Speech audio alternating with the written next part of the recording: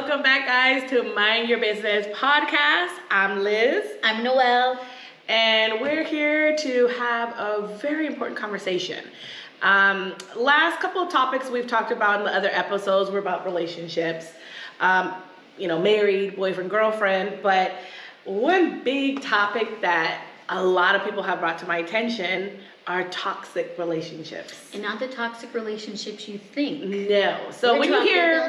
family. There you go. Because when you hear toxic, what do you hear? You think you got a boyfriend that beat you. Yeah, like Blueface and that crazy girl. That's another topic that we need to talk about. But it's about family. And over the years, more commonly, I'm hearing about toxic family members. And people not talking to their parents, to their siblings, to aunts and uncles, cousins. Cut them off. And you always hear, well, that's your mom and that's your dad. And you guys are supposed to, that's not, you're Who's supposed to. Who's going to take care of them when they're older? And my response is, nobody cares. They will. They got retirement. Yeah, but it's like there's, how would you say, there's a reason, like if you're not friends with this person anymore because they did something wrong to you, that goes for your family too. Yeah. And that doesn't give them. They don't get a pass. They don't get, there you go. You don't get a pass. And it's always, well, I'm your mother or I'm your father. And I didn't ask to be born. So there was a conversation that we had that you said was going to ruffle a lot of feathers. And it was that why bring these kids to this world when they didn't ask to be born? Right. And I thought about that, like, that is a big deal. Because parenthood is selfish. I mean, come at me. I'll come back at you. But it's one of the most selfish acts. Because, again, I didn't ask to be born, but I'm here. And it's ghetto. It's not just ghetto. It's like you see how the manners, you're raised a certain way. Mm-hmm. Everybody's raised a certain way in their household. But then also when they start critiquing you and this and you're worthless and you don't do that. And a lot of stories told to me from friends. I'm a property manager, so even past stories that tenants have told me of what they've gone through in their life. And it was just like, no, that's not true. And this is back in the day. And then I'm now hearing stories of today. Mm-hmm. Back in the day, I could kind of understand it because, it's old school ways.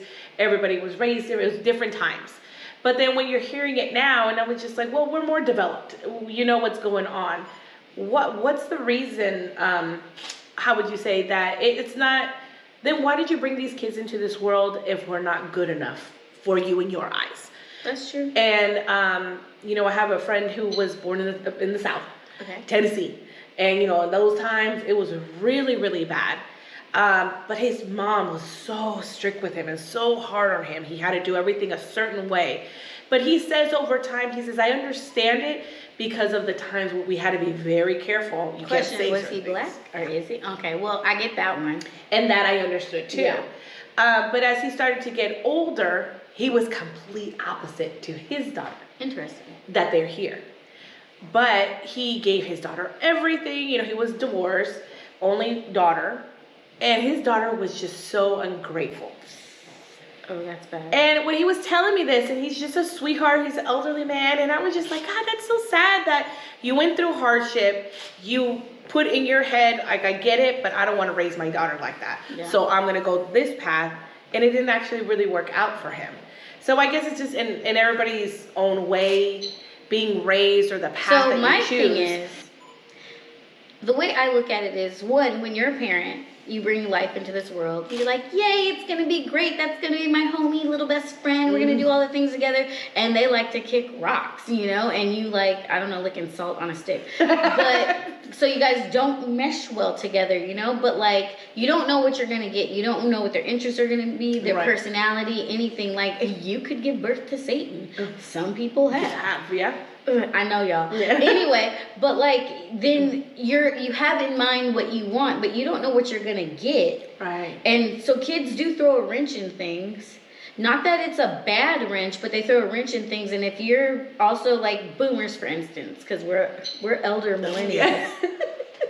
but we're still I'm Gen Z, y'all. Anyway, but when you have like boomers, for instance, they grew up in a time period where it was still like following all of these things, like the man took care of the household, Yes. women were at home, Right. so they have a really different worldview than what we have, because we grew up also in the time, because we live in California, and it's the Different, ghetto, because it's so expensive out here, and so like to think about like having to work.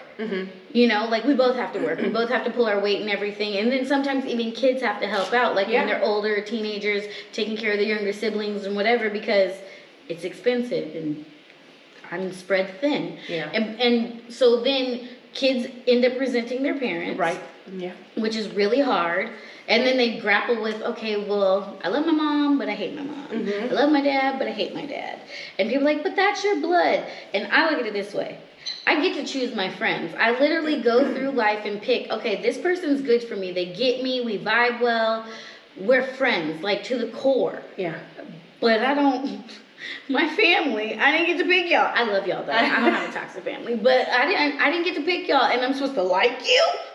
Well, it was just like this saying that I saw on TikTok, I think it was, where you don't get the right to tell your kid to hug this person. That's weird. Yeah. I didn't like that growing up. I didn't like that either. I didn't like that. This is my It was, I can give you the hand. I'll give you a handshake and stuff. But, go give him a hug.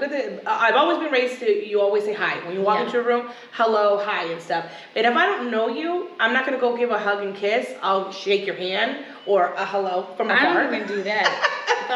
But it's considered disrespect. Even today. And I'm hella rude. I mean, I'm sorry. Because if I don't know you, I'm not going to say hi to you because I'm just awkward that way. And, I had to catch myself because I found myself doing that with my daughter. Because she would come to work with me sometimes, and I knew everybody and stuff, so I would always just say hi. And sometimes she was kind of timid and was like, I don't know you like that, and I would be like, don't rude, say hi. But then again, she doesn't know them. She there's this big giant person here and stuff. And then I always just would say, it's like, just say hello, you don't have to approach them, but just don't be rude, just say hello and stuff. And so one of the guys that I work with, he really likes her. And so he only speaks Spanish. And Olivia always says, good morning. And so he was like, oh, no. When I come, you have to say buenos dias. But she likes that. Okay. And so when she comes, take the face back. Because she was just like, okay. So the next day, she was like, okay, I see him coming. I saw her sitting in her chair, kind of like, okay, I have to say it in my head. He came and he just looked at her and she was like, buenos dias. And he's like, okay. And she felt good about it. But he was always like, no, you have to. It was just more joking around with her. And then I would always say, have a good day. And then it's buen dia. And so she heard me one day. So then he had left and she ran to the door and she was like, buen dia, because she wanted to say bye to him. And so every time he comes and he's like, oh, she's not here. And I said, oh, no, that's only once in a blue moon does she come stay with me. She has school now. And he was just like, oh, okay. She's just so nice, so respectful. I can see her from all over there. She's ready at the door to come say hi to me. And then even at school, I was talking to the teacher and she was just like, your daughter is so sweet. She's so respectful. She always wants to say good morning to everyone. She always is trying to help somebody. She's like, you guys did a really great job. And it feels good because she was doing a little tantrum and I was just like, your teacher says you're being good. And I was messing with her with like that. But then that made me feel good because it showed me I'm doing something right. And stuff. And then kids will have tantrums. She's a little girl. Like she had one meltdown before you got here because she was playing with her friend and she's at that point right now, she doesn't have a sibling yet. And so she wants to play with them and all our relatives, her cousin is a little bit older, but he's into phone, computer, and she's like wants their attention. So so finally I sat down with her instead of yelling at her saying, cut that out. I just sat there with her and I gave her a hug and then she was just like, but I just want to play. And so before though, I would be like, stop doing that. Get up, you're doing, but it's like, you know what? Let her go through her emotions. Let her go through her emotions. Let it out. Yeah. And so you saw her afterwards because I let her play with my makeup. It was so cute, y'all. But I was just like, baby, it's okay. What happened? And oh, I just want to, and I said, I understand that, but he's going to take a nap or something. And she was like, okay. And then I was like, cousin's here, because she calls Noelle cousin. I'm the cousin. And she was like, oh, okay. And so she had her lipstick, and my husband's like, is that blood? And I was like, nah, it's just lipstick. Her eyeshadow was There's some things that we can't say to our family. Right. And then there's some things that I don't say to the family, just because, for example, there was a friend of mine, she went ahead and told her mom all of her problems with her husband, and was just like, yeah. And that's not the greatest idea too. And, I talk to my husband, we have, but there's a certain point, because when you say too much, they now have an opinion of you. They have an opinion of you because it's like, if I went to you and I said, oh God, Noelle, you know what, Mateo did this to me. I'm automatically not like it because I love you. Right. And so when you guys make up, I'm like, but I'm still holding the grudge for you. And that's not cool. I actually had to tell a couple of my clients that before. Yeah. I'm like, maybe you should just talk to me. Don't tell your mom, sister, brother, uncle, whomever, how you feel when you're angry, because it's going to pass. But they're never going to forget it. Right. And we also talk negative more than we talk positive. Right, we do. And we don't mean to, but it's like something that we're trying to get off our chest. Yeah. I'm trying to have a conversation, but then you can't get mad either, where it's like, well, why did you let him do this? Or and it was just, and then you get upset. Mm-hmm. And then we're like, well, shit, you don't know. Well, right. And then we're like, oh, wait, we're friends with them again? Yes. Yeah. Well, yeah. Because I love and so there was friction there. And so then the mom felt a type of way. And it wasn't the mom's fault, too, but it's just like, ooh, you're a little too much. Mm-hmm. You got to kind of say, you know what, we're having some problems, Mom. I'm trying to figure out a way to speak to him or say something that I don't like. That's where the mom should be, or the dad should be like, well, give it some time. There's some things that you guys need to talk about. But when you go to a deep point, they are going to already criticize not only you, but him now. And they're going to jump to conclusions. And you can be like, hey, guess what? So-and-so did. I hate him. Right. No, and he actually bought me roses. It was nice. But they're going to be like, oh, you're only back with 12? him, or you're talking to him now, or you're going to have another baby.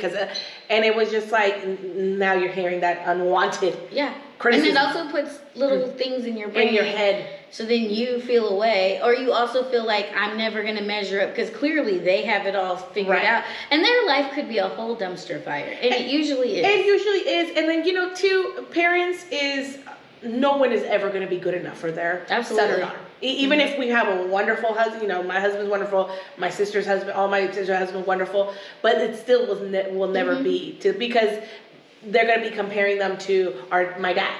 My dad is freaking awesome guy. And sometimes I would find myself saying, well, my dad does this, like, why don't you do that? And it was just like, oh, you would stop. Right. Not everybody knows how to fix cars. Not everybody knows how to do this. Not everybody. Right. But then sometimes you'll start hearing certain comments like, oh, he doesn't know how to do that.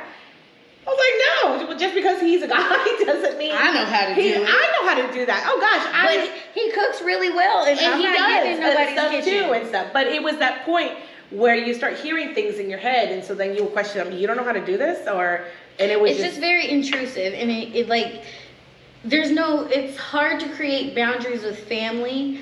Because they're family. You don't want to hurt feelings. Right. You don't want them to gossip. Because, I look at it this way. A lot of parents will go and tell, their siblings, their grandma or whoever. So your great grandma, oh, guess what? So-and-so did today. Just because they want to get up to speed on, what's happening. Grandkids are doing or whatever.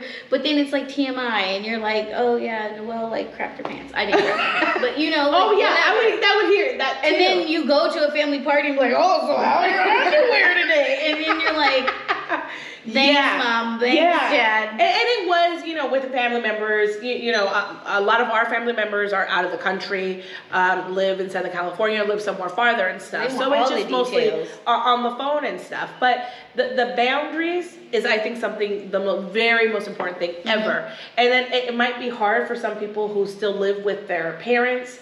They're on the same household. I find that very, very difficult. You know what else is a thing? I was reading an article one time, like a million years ago, but I was reading this article which was explaining the relationship dynamics between parents and their children versus their significant other.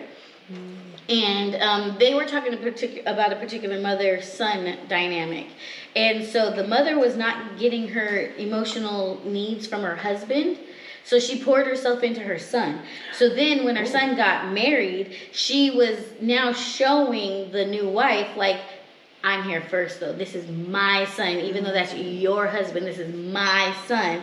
And so when I call, he's going to come pick me up from the airport. When I say I need this, he's going to stop whatever you're doing. I don't care if you're in labor. I don't care if you're at the hospital for, a broken toe or whatever. And then the son was put in an awkward situation where he had to, like, draw the line. And then his mother was heartbroken because he picked his wife and his children, which as he should, but he was like, Mom, you can't be all up in the business. Like, this mother wanted a key to the house. And then she would pop up unexpectedly. Because, okay, yeah, I have the key to the house. Like, whatever. Like, I might pass out and my kids, they're like, Grandma. Please, have a key to the house, right? But this woman in particular would show up, like, while the wife was in the shower. And then she'd, like, hear noises. And her mother-in-law is in the house. And it was like this woman did not know how to separate herself from the boundary of the fact that you raise kids to see them off. You don't raise them to keep them here. Because also, what's the point? Again, selfish. Why would you have a kid to keep them here instead of have them go explore? And that's hella toxic because it's a control thing. It's a control thing. And the way I'm petty, I'm not letting you control me. No. And then, then she would start playing the victim. Right. And she already victimizes everything. My son doesn't let me in the house, or look at his wife, and then the friends feel away like, well, can you believe his wife? Or can you believe his wife didn't let him in the house? And and that's like another victim. That right there is selfish. That 100%. Right there, you're playing games. But yes, when we got married, we did marriage preparation classes. We're Catholic, and when we met with the priest, he said, you're right here. You're considered the church now, so it's you and him first. This is now your family. Yeah, and it's true. Then comes, whoever you accept into your life. Then it's your child, but your kids, it's you first. Yep. So I'm picking my husband over anything, any argument, whatever it is. Obviously, it depends what the situation, but it's him over anyone.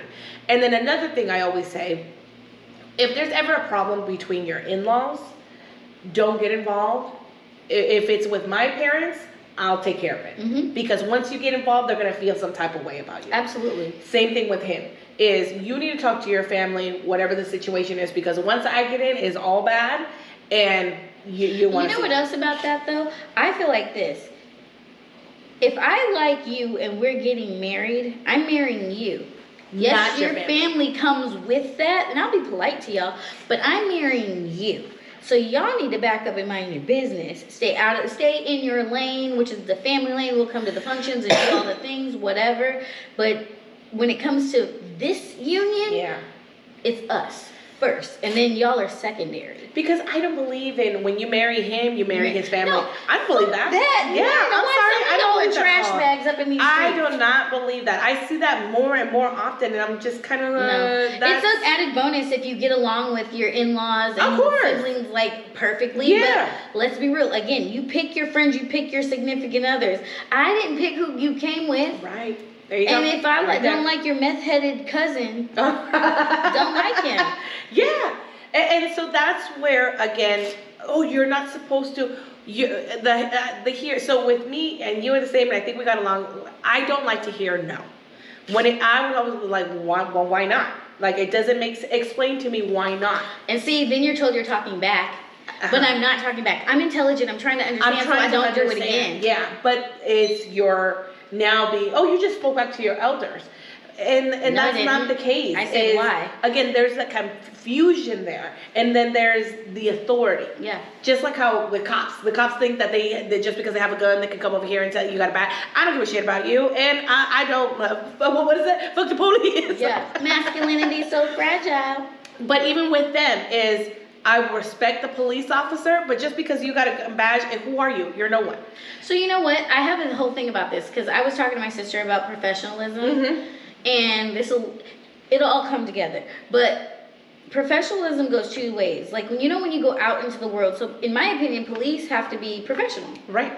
Because it's a job. Exactly. So you're being, and let's be real, it's like one of the worst customer service jobs. Period. Yeah. Right? Yeah. So you have to be professional, but then on the other end, I have to be professional too. So if I am doing all these things and I'm complying, whatever, you could be nice. And that's what it is. You know what the customer's always like, no, they're not. No, they're not. No, they're not. I got my own business. No, yes, they're and not. I'm one too that will make it very clear to people like that because I work in customer service also. And when they hear that, and I just say, oh, no, not when you're wrong. And I will call you on that because you do not have a right to speak to me a certain way. You do not have the right to try to talk down to me. I don't work for you. Mm-hmm. And that's what the people need to And parents, guess what? It's the same thing. Yeah. You can't come and talk to me any kind of way, barge into my room. I remember reading this Reddit article about this girl. She was mad at her parents for whatever reason, teenagers. Mm-hmm. But her mother, this is where I thought it was out of pocket. Her mother was so controlling that she took her daughter's door off of like the hinges. Seen that. And I'm like, okay, but she's like, she got boobs and she's on her period, and she got little shithead brothers. Like, she needs privacy. You can't control that. Like, if I'm privacy. Or you know what else bothers me about parents in these streets? I got opinions about everything, y'all. When parents are like, I brought you in, I can take you out. No, you can't. Because that's jail. But no, you can't. And I get what you're trying to say, but also why am I here then? Yeah. And when they say, like, who do I got McDonald's money? Who pays these bills? Why did you have me?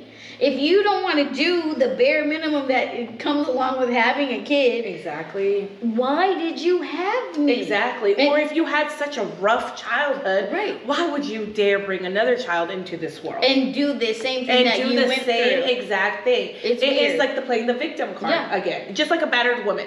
Is you're a battered woman, you're not gonna be like, oh, he beat me. I'm gonna go out with all these battered people. No, is if I'm gonna get myself out of that situation and I'm gonna raise my daughter and my son. My daughter's is you don't let no man ever put no hand on you, and my son is you never put a hand on a woman unless she hit you first. Then you hit no. No, but I do believe because if I'm gonna go around hitting people in these streets, I'm gonna expect to get hit back. Yes. So I better know how to fight. And that my parents always taught us that. Like, don't you ever get in a fight. But if you ever lose, I'm gonna come over here and kick your ass. Right. Because I was always looking for weapons, y'all. Yeah. I'm no feet tall, So yeah. But it was always that I didn't understand is then why would you bring this person and it's repeat what is it called? It's generational trauma. There you go. And where it just keeps, or it's a repeat. It keeps happening and happening and happening. Like break the cycle, because was it fun for you? Absolutely not. No. So why are you gonna make your life crap? Right.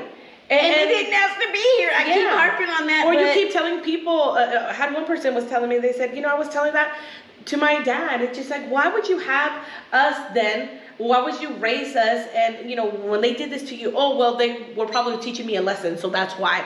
What's the lesson?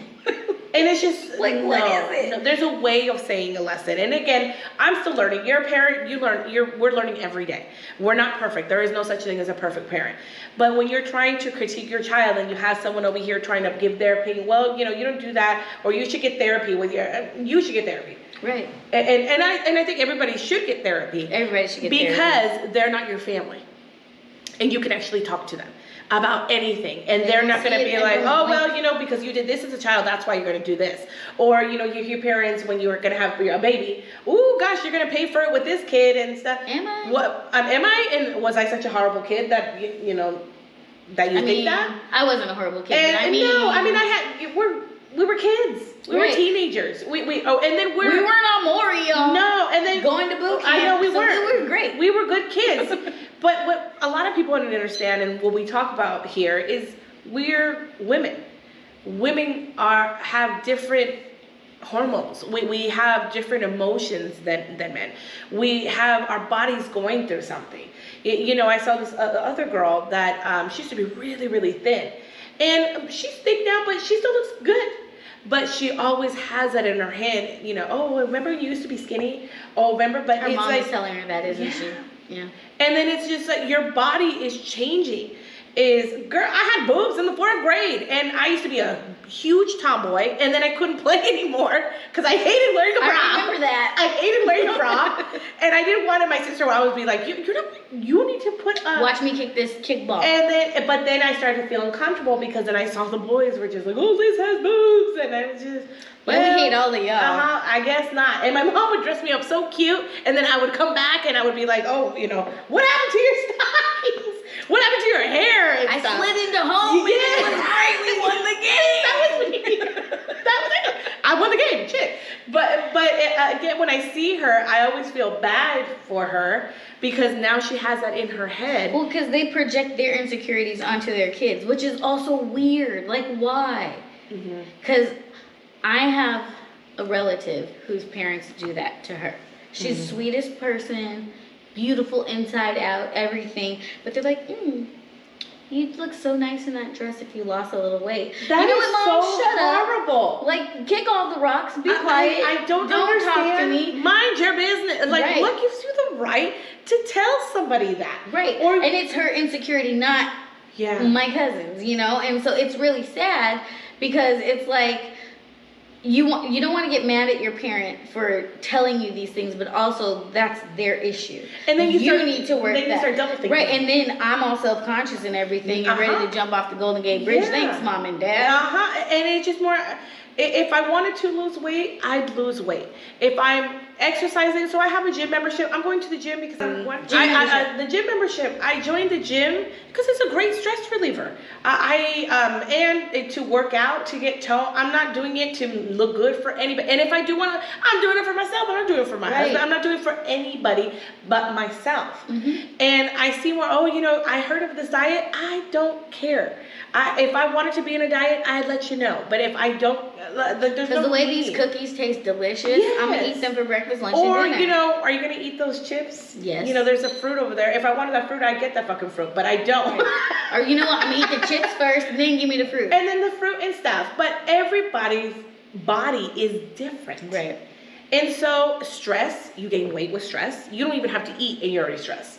Sometimes I'm crazy busy and I can miss a meal. You can gain weight for skipping a meal. So it's just, your body is so different that people need to understand. It's not because I'm sitting there eating cookies all day, overeating. You're stressing me out. That's why I'm gaining weight. I don't want to talk to you. And then saying these things to these people, it's not a good thing. It's not. Psychologically hurting their feelings. Well, that's what mentally. I think. Having a therapist or access to some sort of psychology class, anything, is helppful for everybody. Parents need to do that as well because, again, you don't know what you're getting when you bring your life into this world. And because you could have Satan. And like you said, we weren't easy and stuff, but I was hella easy. They just didn't know what was up. There was that question. I was all knowing. When you see when your kid is crying and they're crying obviously for a reason because something hurts them.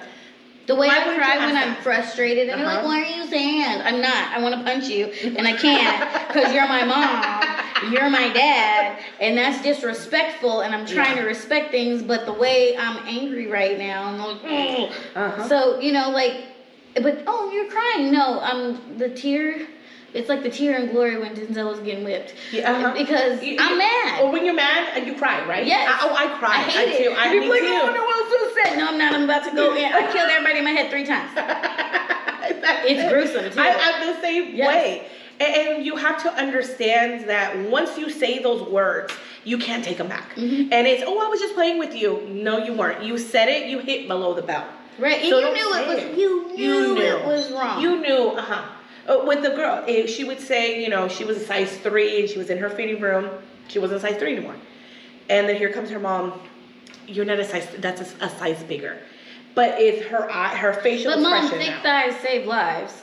But the facial expression is now embedded in her head. What she just said is embedded in her head.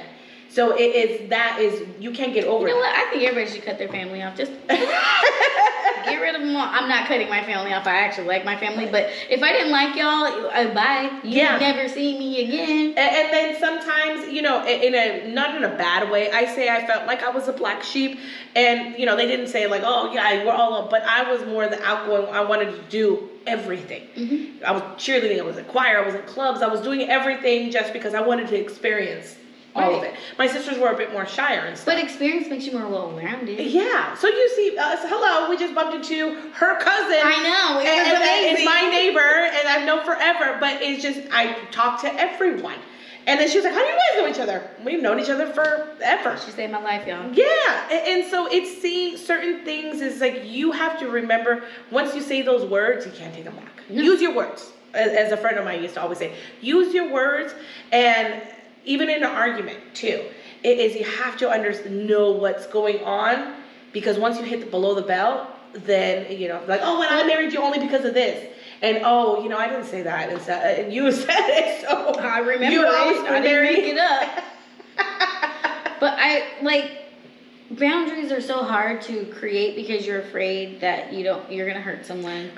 But also, I look at it as this: when you start to set a boundary and people like lash out, they like taking advantage of you. They liked being toxic. They liked seeing how far you would go, and so that is an issue that they need to work through, because why are you being trash? Like, why are you okay with taking advantage and being like a taker instead of a giver, you know? And so I see where, like, I have a couple friends who are practicing boundaries in their family right now.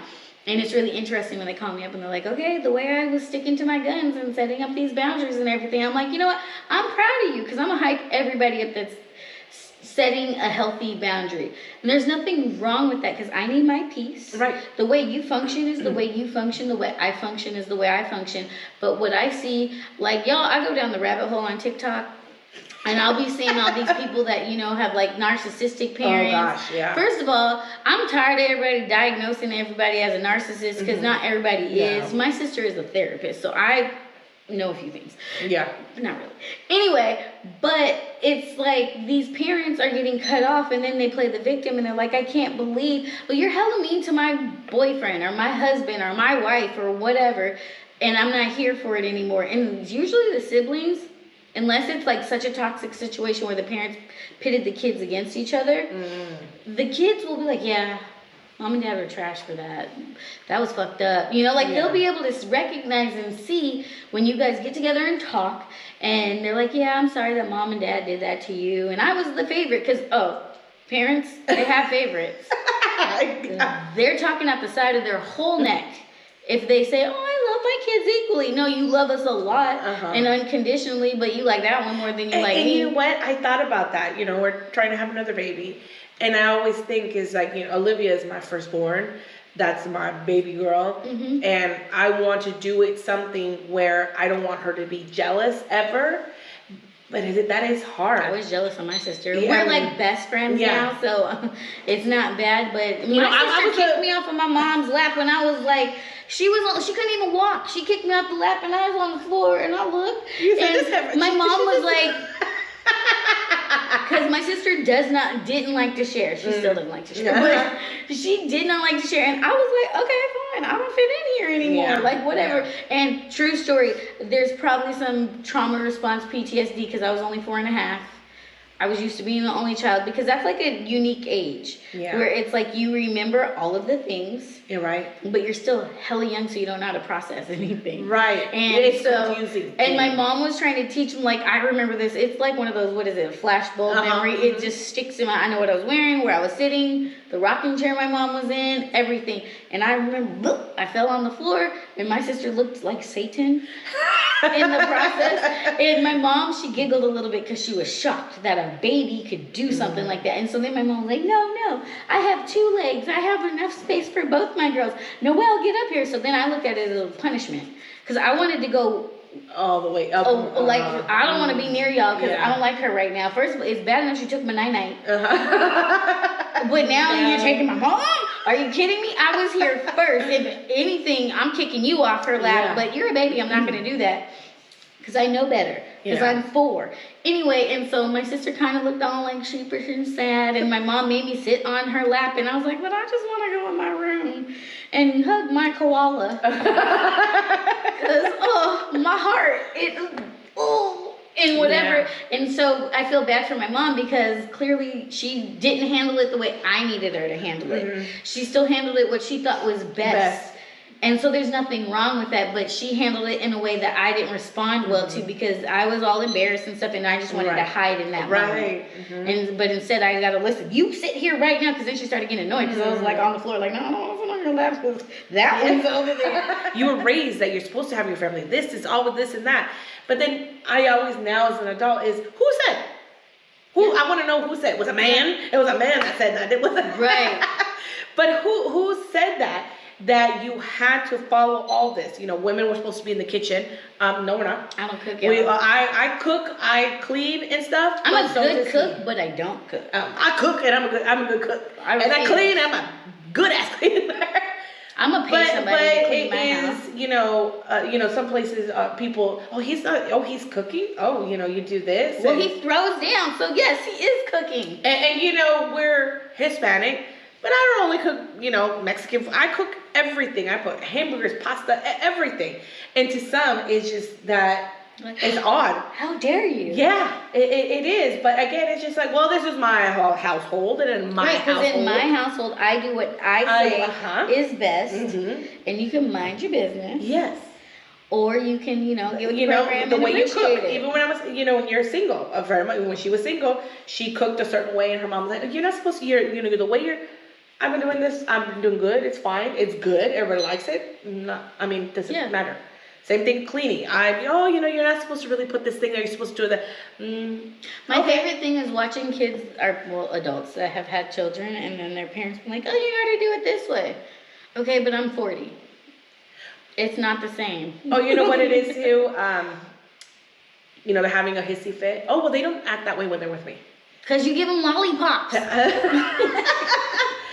One a good friend of mine, her husband was from Africa, so they were very, strict. They had to follow, and she was so sweet. She came in, she's like, Elizabeth, she would come to bed and talk with me. And it was after I had Olivia, and she had her second son, and she was just like, it's really hard, and I know she was having a really hard time with it. She's like, they like things a certain way, and I do it differently. So when my mother-in-law would come into the house, oh no, you're not supposed to. Oh, my son likes this, and it was always, and she just didn't want to disrespect, but she would tell her husband too, because she didn't want to say it. Again, remember what I said is more. I have an issue with this. What people determine as mean or disrespectful. It's not. It's not. Because your feelings got hurt because you're. But that's what they throw. Oh, she's disrespectful because she come back to me. I'm standing up for myself. Exactly. I'm setting a boundary. I'm not agreeing with the way there's more than one way to skin a cat. I can just rip the skin right off. Yeah. So it's like we have to. When is something not mean? Right. Because at the end of the day, the truth hurts. Right. And if I don't agree with your truth, your feelings are going to get hurt. But I'm not mean. I'm not disrespectful. It's my opinion. You believe that? I don't believe that. And again, this is my household. We got married and had a family. Thank you for coming over for Christmas dinner. And so that's what I said, you should be a little bit more vocal about it. But then she said, well, my husband just, when they go home, they go do their thing. But then her mother started with that. Oh, well, he doesn't act that way when he's here with me. He eats everything here, and I don't understand. Because you bribe him. Yeah, and so it would just tear her down. And that's why I always say use your words. Tear down a mother? And that's what I always tell them, especially first-time moms. Yeah. Is don't tear them down. You want to lift them up and just say, you know what, maybe it's just this. It's a difference from giving an opinion and giving advice. Neither one is wanted. But when you're trying to ask for it, that's when you should give it. And then if you notice something and say, hey, this didn't work out. And I remember she came to my daughter's birthday, and she was just like, oh, my son doesn't sleep and everything. So there was other moms there, and so they just said, oh, really? You know what? Why don't you try this? It really helped my son. She's like, really? Okay, I'm going to try it. It wasn't like, oh, you need to do this, and that'll help him. I don't understand why. It wasn't that. Yeah. It was what we could give her. That's like the whole breastfeeding is better than formula. What if I don't produce milk? Oh, my God. Yeah, my kid's alive and fed, right? And I did both. And I did both for a reason. I went back to work 3 months after I had my daughter. So that's all that. And it was hard. I had a pump, and it's long. Having a baby, it's so much trauma on your body. And mentally, physically, everything happens the way to you. they expect you to Again, bounce women back. is, and the way that they expect you to You know what bounce else back. is toxic about having a baby? Y'all, I like going down rabbit holes. I have no kids, but I know all the things. Is what I've noticed is everybody's so excited to meet the baby. Mm-hmm. And the mother could have had a C-section and everything, but all these people are coming over to see the baby. So she's still in the kitchen making like a little appetizer or whatever. Can I just lay in the bed?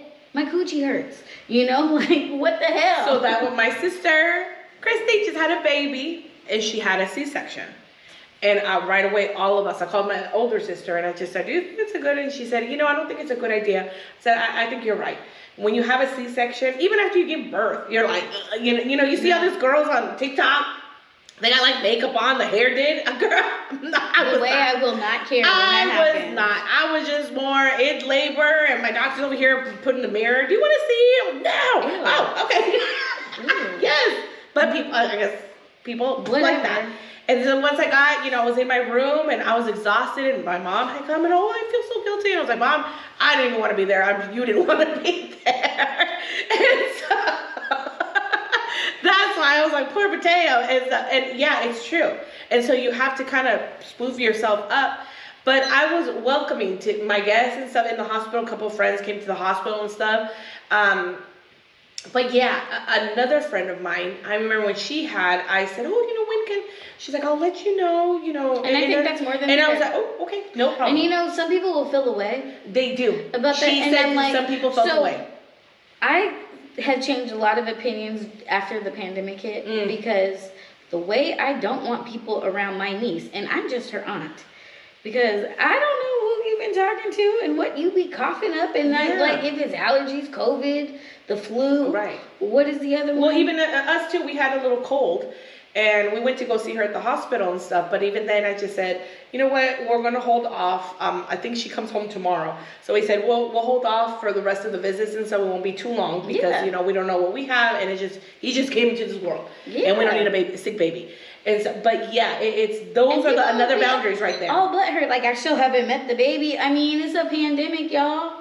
And my sister was more, and that's when I was asking her, and she was just like, oh, I want, everybody. And that's great. But, there's sometimes when you just don't feel all together. Mm-hmm. And then back to the formula and breastfeeding. I had to do both because I was going back to work, and I would pump and stuff, and then it was really hard pumping, and I would get some.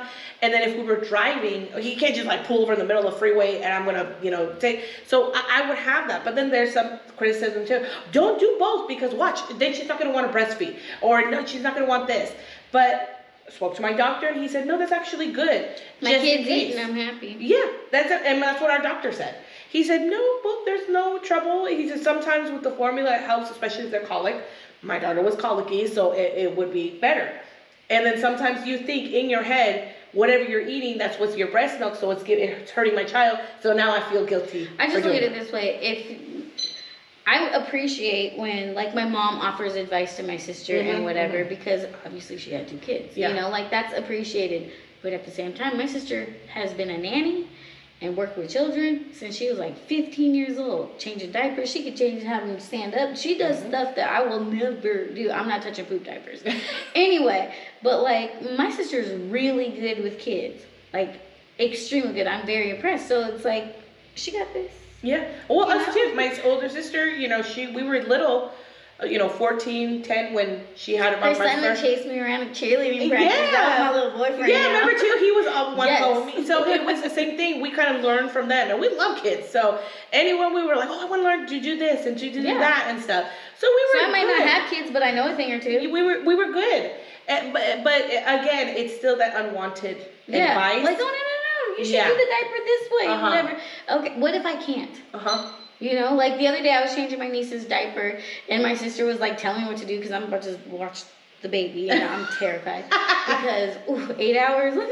But anyway, she loves me. I'm the cool one, right? Anyway, but like the way I grabbed her legs because she's wiggling around and everything. So I had her both feet in one hand and Michelle was like, oh, you know we got a good grip. I can't even do that. And I lifted her up and was like, and then I was like, thanks, and handled it. And so there's clearly multiple ways.